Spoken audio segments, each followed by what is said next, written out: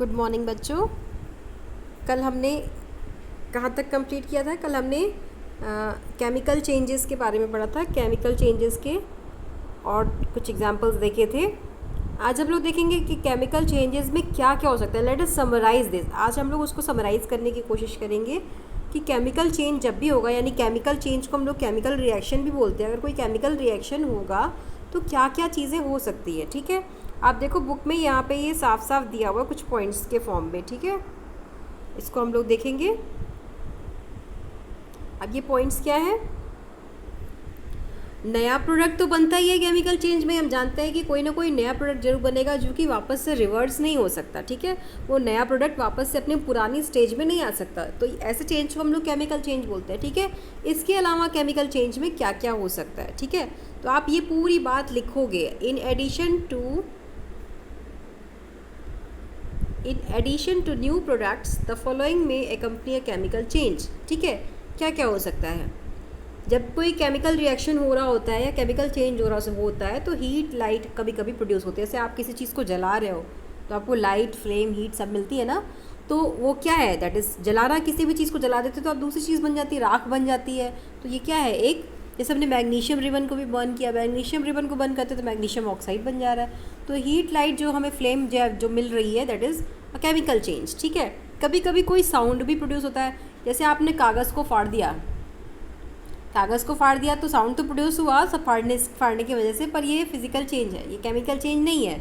लेकिन कई बार कहीं एक्सप्लोजन हो रहा होता है, कोई चीज़ ज्वालामुखी फट रहा होता है, तो क्या होता है? वो वहाँ कई सारे केमिकल चेंजेस हो रहे होते हैं, ठीक है। फिजिकल भी है वो, केमिकल भी है।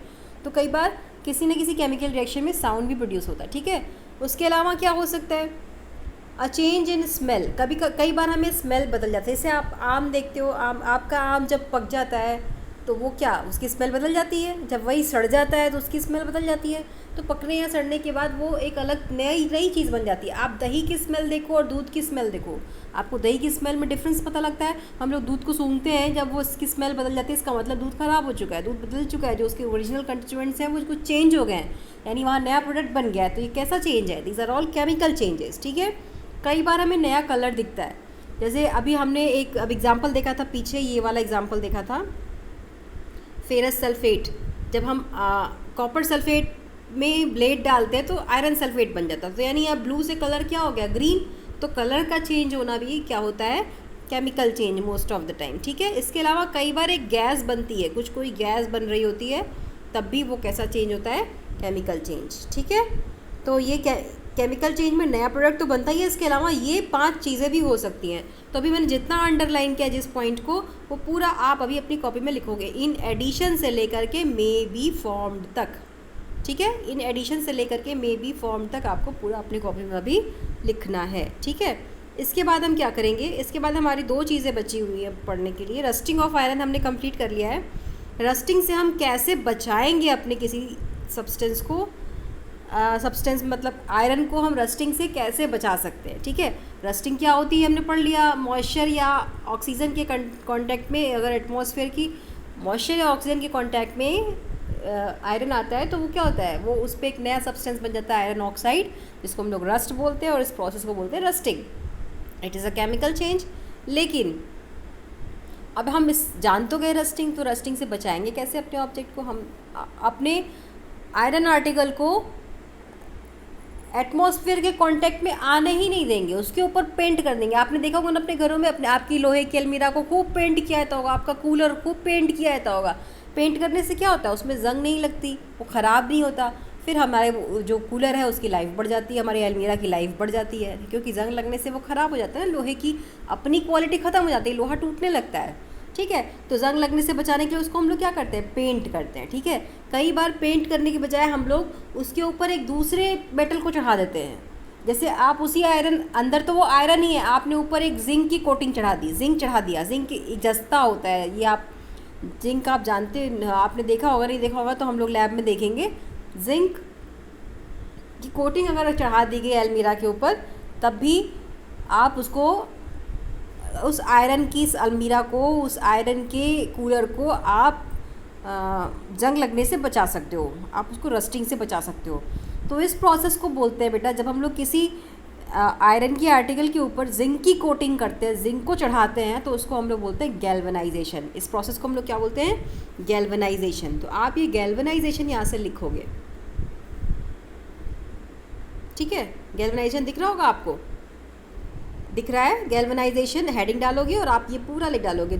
दिस को आप द कर लेना। The process of depositing a layer of zinc on iron is called galvanisation, ठीक है। और इसको गैल्वेनाइजेशन को लिखने से पहले आप गैल्वेनाइजेशन के बारे में ये भी जान रहे हो कि galvanisation is the process to prevent iron from rusting, ठीक है। इसके अलावा भी हम रस्टिंग से अपने आयरन आर्टिकल को बचा सकते हैं। किस मेथड से? बाय पेंटिंग इट, ठीक है। तो पेंटिंग करो, चाहे आप गैल्वेनाइजेशन करो, आप आयरन आर्टिकल को बचा सकते हो। इसके अलावा भी कुछ कर सकते हैं, जैसे आपके घरों में स्टेनलेस स्टील के बर्तन यूज़ होते होंगे। स्टील के बर्तन आपके घर में यूज़ होता है ना बच्चों, तो उसमें भी आयरन होता है, पर वो आयरन जंग नहीं लगती उसमें। क्यों नहीं लगती? क्योंकि उसमें स्टेनलेस स्टील जो है वो उसमें आयरन के साथ साथ और भी बहुत सारे मेटल मिक्स कर दिए जाते हैं।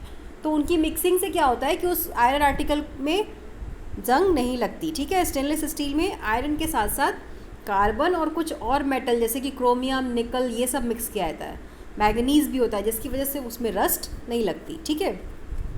तो आप इसको भी लिखोगे, ये ब्लू बॉक्स में दिया हुआ है, ये पूरा आप हेडिंग डाल करके स्टेनलेस स्टील, ये पूरी बात लिख डालोगे।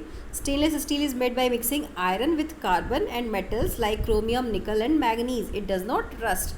कई बार बड़ी क्लासेस में पूछा जाता है स्टेनलेस स्टील में क्या क्या होता है, तो आप उनको भी बता सकते हो क्या क्या होता है स्टेनलेस स्टील में। आयरन तो होता ही है, उसके साथ साथ कार्बन, क्रोमियम, निकल एंड मैंगनीज, इतनी चीज़ें होती हैं स्टेनलेस स्टील में, इसीलिए वो इतना शाइन करता है। और आयरन तो शाइन नहीं करता ना, लेकिन वो इतना शाइन करता है और वो उसमें जंग भी नहीं लगती। तो इसीलिए हम लोग स्टेनलेस स्टील के बर्तन को इतना प्रेफरेबली यूज़ करते हैं अपने घरों में, ठीक है। चलिए आगे बढ़ते हैं। Last topic of this chapter is crystallisation. Crystallisation क्या होता है बच्चों? ये एक फिज़िकल प्रोसेस है। यहाँ पे दिया तो ज़रूर है, but this is a physical process. ये एक फिज़िकल चेंज है, ठीक है। होता क्या है क्रिस्टलाइजेशन में? जैसे ये जो कॉपर सल्फेट हमने यहाँ पे देखा था ना, ये मैं आपको लैब में भी दिखाऊंगी, आप आओगे तो। ये जो कॉपर सल्फेट हमने यहाँ देखा था ना, ये कॉपर सल्फेट नीले रंग का, ये एक्चुअल में क्रिस्टल्स होते हैं इसके, ठीक है। तो अब किसी भी चीज़ के क्रिस्टल का मतलब होता है कि प्योरेस्ट फॉर्म, ठीक है। जैसे आपने डायमंड को देखा होगा, डायमंड जितना क्रिस्टलाइन होता है उतना चमकता है, उतना प्योर होता है, उतनी उसकी कीमत होती है ना। तो ऐसे ही फिजिकल, हम लोग केमिस्ट्री में भी जो हमारे सॉल्ट्स होते हैं उनको हम लोग क्रिस्टलाइज करते हैं, उनके क्रिस्टल्स ऑब्टेन करते हैं। तो ये एक प्यूरिफिकेशन का प्रोसेस है। अगर उसकी किसी भी सोल्यूशन से उसकी इम्प्योरिटी को अलग कर दिया जाए, उसकी गंदगी को अलग कर दिया जाए और उसके क्रिस्टल बना लिए जाए, तो वो एकदम प्योर हो जाता है, ठीक है। तो ये एक फिजिकल प्रोसेस है। जैसे डायमंड जितना क्रिस्टलाइन होगा, जितना क्रिस्टल फॉर्म में होगा, वो उतना ही प्योर होगा, उसकी उतनी ही कीमत होगी। वैसे ही हमारे सॉल्ट्स भी क्रिस्टल जितने होंगे उसकी उतनी ही कीमत होगी, ठीक है। वो उतना ही प्योरेस्ट फॉर्म में होगा, ठीक है। तो ये क्रिस्टलाइजेशन का जो प्रोसेस होता है, this is a physical change, ठीक है। तो आप इसके बारे में थोड़ा लिखोगे। क्या लिखोगे आप क्रिस्टलाइजेशन के बारे में? आप यहाँ देखिए, क्रिस्टलाइजेशन आपको हेडिंग दिख रही है, लिखना क्या है इसमें?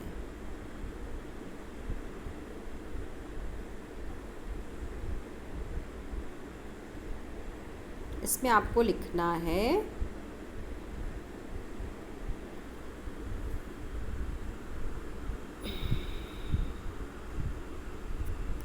Large crystals of pure substance. दिख रहा है? Large crystals of pure substance. आप यहाँ प्योर सब्सटेंस के बाद ब्रैकेट में लिख लेना सॉल्ट्स, ठीक है। Large crystal of pure substance, फिर ब्रैकेट में सॉल्ट्स, कैन बी, उसके बाद आप ऊपर आ जाइए, कैन बी के बाद यहाँ से आप लिखेंगे can be form from their solution. The process is called crystallisation. It is an example of a physical change, ठीक है। इतनी बात आप लिखोगे, ठीक है। क्रिस्टलाइजेशन क्या होता है? ये फिजिकल चेंज का एग्जाम्पल है। इसमें क्या होता है, किसी भी सॉल्ट की सोल्यूशन से उसका प्योर फॉर्म हम लोग बनाते हैं, ठीक है। सोल्यूशन तो आप जानते ही हो ना, सोल्यूशन का मतलब इसमें सॉलिड और सॉल्वेंट दोनों हो, मतलब एक लिक्विड पार्ट हो, एक सॉलिड पार्ट हो, और दोनों आपस में मिक्सड हो। और उससे हम लोग जब ये सब चीज़ें बेटा आप बड़ी क्लास में जाओगे तो आपको और क्लियर हो जाएंगी। वैसे हम लोगों ने सोल्यूशन के बारे में एसिड बेस वाले चैप्टर में पढ़ा था, सॉल्ट के बारे में भी हमने पढ़ा था। जब एसिड बेस को मिलाते हैं तो सॉल्ट बनता है ना, ये वही सॉल्ट है। तो ये सॉल्ट जो होते हैं ना, ये एसिड बेस को मिलाने से बनते हैं, तो इनके साथ कई सारी इम्प्योरिटी भी होती है। उस इम्प्योरिटी को अलग करने के लिए इसको हम लोग क्रिस्टलाइजेशन करते हैं इसका, ठीक है। तो क्रिस्टलाइजेशन करने से सॉल्ट का जो प्योर फॉर्म बनता है वही हमारा प्योरेस्ट फॉर्म होता है। इस प्रोसेस को बोलते हैं crystallisation. This is the example of physical change, ठीक है। इतनी बातें आपको लिखनी है। क्या लिखना है, मैंने निशान लगवा दिया। अब आपको ये डायग्राम भी ड्रॉ करना है। ये वाला डायग्राम जो यहाँ दिख रहा है, कॉपर सल्फेट के क्रिस्टल को कैसे क्रिस्टलाइज कर रहे हैं ना, ये अभी तो आप डायग्राम ड्रॉ कर रहे हो, लेकिन जब आप बड़ी क्लास में आओगे तो मैं आपको ये प्रैक्टिकल भी करके बताऊंगी, ठीक है। ये वाला डायग्राम फिगर नंबर 6.6 आपको ड्रॉ करना है, ठीक है। तो अभी आप हम लोग लेटेस्ट समराइज दिस, हम लोग को क्या क्या वापस करना है। सबसे पहले अभी हमने लिखा कि हमें केमिकल चेंज में और क्या क्या हो सकता है, ये हमें लिखना है। ये मैंने आपको अंडरलाइन कराया, ठीक है। इन एडिशन टू से लेकर के सम एग्जाम्पल्स तक आपको, सॉरी मे बी फॉर्म तक लिखना है आपको, ठीक है। ये 5 पॉइंट्स है जिसमें ये हमें बताया गया है कि केमिकल चेंज में नया प्रोडक्ट बनने के अलावा और क्या क्या हो सकता है, ठीक है। इसके बाद आपको लिखना है रस्टिंग, हमने पहले लिख रखा है। रस्टिंग से अपनी चीज़ों को बचाएंगे कैसे, इसके लिए पहला प्रोसेस गैल्वेनाइजेशन है। पेंटिंग भी करते हैं, पर पेंटिंग हम इसमें यहाँ पे लिख नहीं रहे हैं, आप इसको लिख लोगे, ठीक है। कहाँ से, दिस प्रोसेस से लेकर गैल्वेनाइजेशन तक आपको गैल्वेनाइजेशन हेडिंग डाल दी है, दिस को हटा के द कर लेना है, ठीक है। उसके बाद आप लिखोगे स्टेनलेस स्टील हेडिंग डाल करके ये वाला पोर्शन, ब्लू बॉक्स वाला पोर्शन पूरा लिखोगे। फिर आप क्रिस्टलाइजेशन की डेफिनेशन लिखोगे, large crystal of pure substance के से लेकर के, उसके बाद आप ब्रैकेट में डाल लोगे सॉल्ट्स और कैन बी, फिर आप यहाँ form from their solution, the process is called crystallisation, it is an example of physical change. यहाँ तक लिखना है और उसके बाद आपको ये डायग्राम ड्रॉ करना है, डायग्राम नंबर 6.6। तो इस तरीके से हमारा ये चैप्टर यहीं कंप्लीट होता है। फिर हम लोग कल जो है इसकी समरी को नोट करेंगे और उसके बाद इसको हम लोग एक्सरसाइज को डिस्कस करेंगे, ठीक है। तो अगर आपको अब कल संडे मिल रहा है, संडे को आप समरी लिख डालेंगे, summary will be your homework. अभी जितना काम दिया मैंने ये आप क्लास वर्क में कर लोगे, उसके बाद होमवर्क में आप समरी कर लोगे। सॉरी कल संडे नहीं, कल मंडे है, सॉरी कल ट्यूसडे है, ठीक है। तो कोई बात नहीं, आप होमवर्क में समरी कर लेना, ठीक है। ओके, तो अभी यहीं पे ख़त्म करते हैं। Till then stay healthy, stay safe, be at your home and always be happy. Thank you very much.